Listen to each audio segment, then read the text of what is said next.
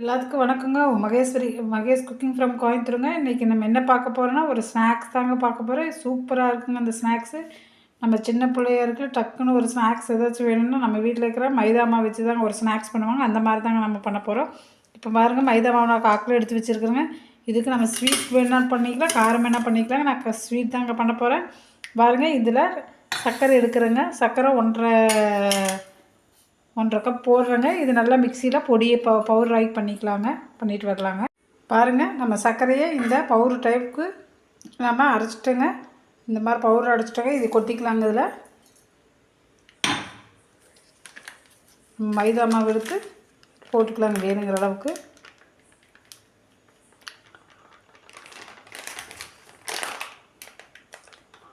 நான் தாங்க வீடியோ எடுக்கிறோம், கொஞ்சம் அட்ஜஸ்ட் பண்ணிக்கோங்க. போட்டாச்சுங்க. கொஞ்சோண்டு சால்ட்டுப்பு கொஞ்சோண்டு போட்டால் போதுங்க. நம்ம ஸ்வீட்டு தாங்க, கொஞ்சம் இதுக்கு வேண்டி நம்ம போடுறதாங்க. பாருங்கள், இந்த அளவுக்கு உப்பு போட்டாச்சுங்க.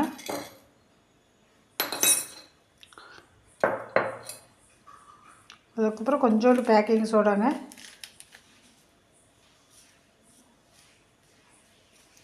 கொஞ்சோண்டு பேக்கிங் சோடாங்க. நெய் கொஞ்சோண்டுங்க. இது நல்லா நம்ம சப்பாத்தி மாவு பதத்துக்கு பிணைஞ்சிக்கலாங்க. பிணைஞ்சிட்டு வர்றாங்க.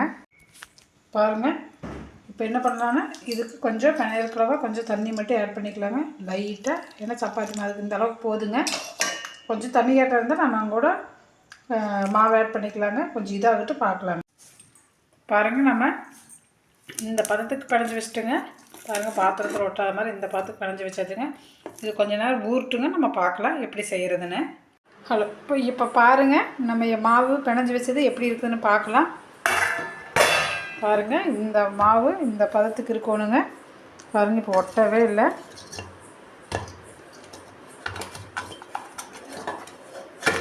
பாருங்கள், இந்த மாதிரி கெட்டியாக இருக்கணுங்க. பாருங்கள், இப்படி இருக்கணும். நாம் இந்த இடத்த சுத்தம் பண்ணி வச்சுருக்குறோங்க. சூப்பராக சுத்தம் பண்ணி வச்சுருக்குறோங்க இந்த இடத்த.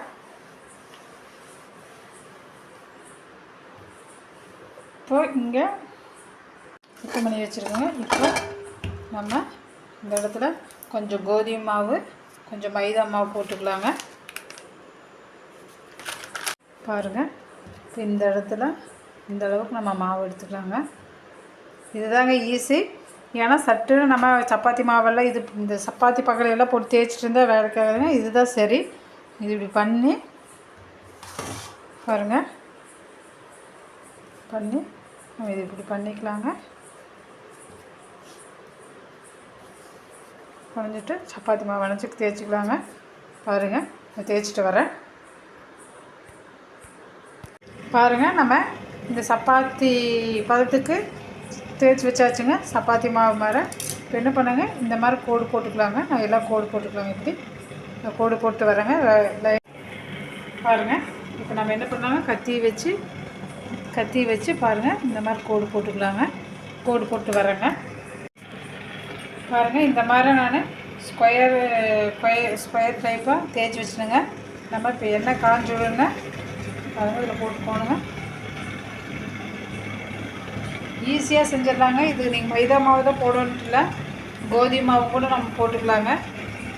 என்னடா இதுக்கு நான் மாவு உள்ள காட்டிட்டுருங்க, அதனால் எண்ணெய் இப்படி ஆகி போச்சு, கருப்பாகி போச்சு. பாருங்கள், சிம்மில் வச்சுக்குங்க. சிம்மில் வச்சிட்டிங்கன்னா வெந்து வரக்கு சரியாக இருக்குங்க.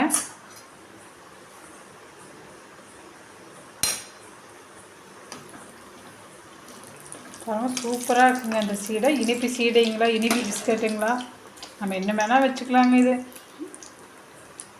மைதா மாவு இல்லைன்னா கோதுமை மாவு எடுத்துக்கோங்க. கோதுமை மாவுலையும் இதே மாதிரி போட்டுக்குங்க. உங்களுக்கு காரம் வேணும்னா உப்பு, மிளகாத்தூள், கொஞ்சம் சீரகம், பெருங்காயத்தூள் போட்டு நல்லா பிணைச்சிச்சுங்க. அது ஒரு நாளைக்கு நான் ரெசிபி போடுறேன். பாருங்கள், இனிப்பு சீடை சூப்பராக ரெடி ஆகிடுச்சுங்க. எனக்கு வீடியோ எடுக்கிறதுக்கு ஒருத்தர் நீங்கள் நான் தான் எடுத்துகிட்ருக்கேன். இல்லைன்னா இன்னும் உங்களுக்கு நிறைய நான் நிறைய இன்னும் நல்லா செஞ்சு காமிக்கலாங்க. இந்த மாதிரி சாயந்தரம் ஸ்கூல் விட்டு வந்தோன்னா குழந்தைகளுக்கு செய்கிறக்கு ஒன்றுமே இல்லை, கொடுக்குறக்கு ஒன்றும் இல்லைன்னா இந்த மாதிரி நம்ம வீட்டில் கோதுமை மாவு, மைதா மாவு இருந்தால் டக்குன்னு செஞ்சுங்க. நெய் இருந்தால் ஊற்றுங்க, இல்லைன்னா பரவாயில்ல. நம்ம என்ன இருக்கோ அதை வச்சு நம்ம செய்யலாங்க. பாருங்கள் சூப்பரான இனிப்பு பாருங்கள். அதாகவே மேலே வந்து நீங்கள் ஒன்றுமே பண்ண வேண்டாம். பாருங்கள் சூப்பரான இனிப்பு சேடை ரெடி ஆகிடுச்சுங்க. பாருங்கள் இன்னும் கூட எடுத்து போட்டுக்கலாங்க.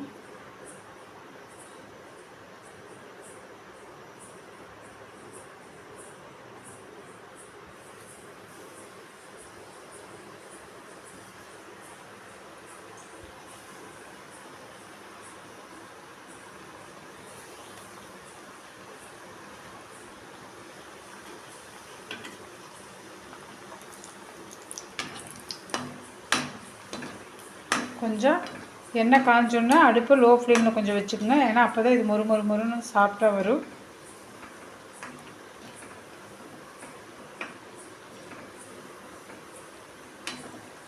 இது நாளைக்கு ஸ்கூலுக்கு என் பையனுக்கு இது தாங்க நான் ஸ்நாக்ஸாக கொடுக்க போகிறேன்.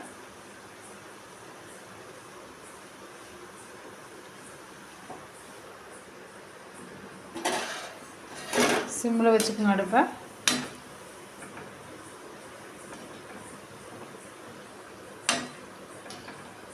நம்ம வீடியோவை தொடர்ந்து பாருங்கள். நம்ம என்ன இருக்கோ வீட்டில் அதுதாங்க நான் செய்கிறேன். ஹெல்த்தியாக தாங்க செய்கிறேன். பாருங்கள் நம்ம வீடியோவை.